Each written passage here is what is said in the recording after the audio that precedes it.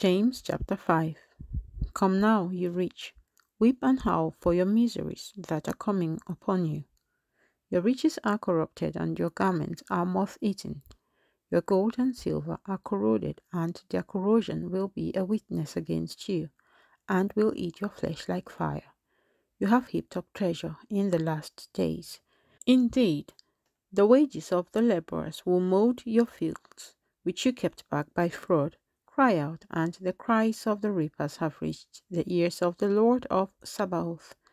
You have lived on earth in pleasure and luxury. You have fattened your hearts as in a day of slaughter. You have condemned, you have murdered the just.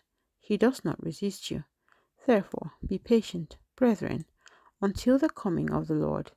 See how the farmer waits for the precious fruit of the earth, waiting patiently for it until it receives the early and latter rain.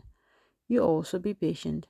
Establish your hearts, for the coming of the Lord is at hand.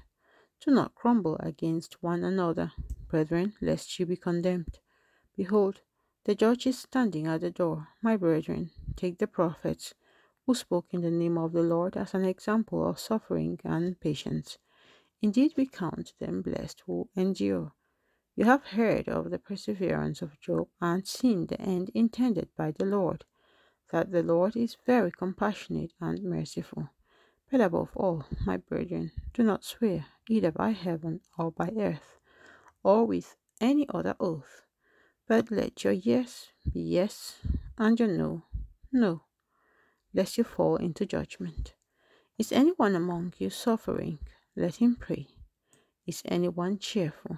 Let him sing psalms. Is anyone among you sick?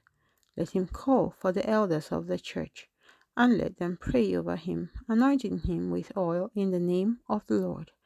And the prayer of faith will save the sick, and the Lord will raise him up.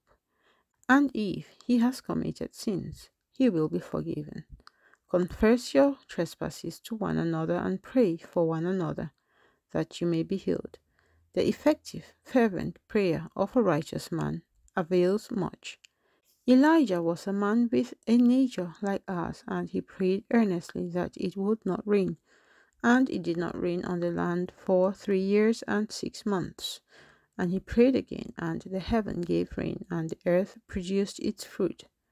Brethren, if anyone among you wanders from the truth, and someone turns him back, let him know that he who turns a sinner from the error of his way will save a soul from death and cover a multitude of sins.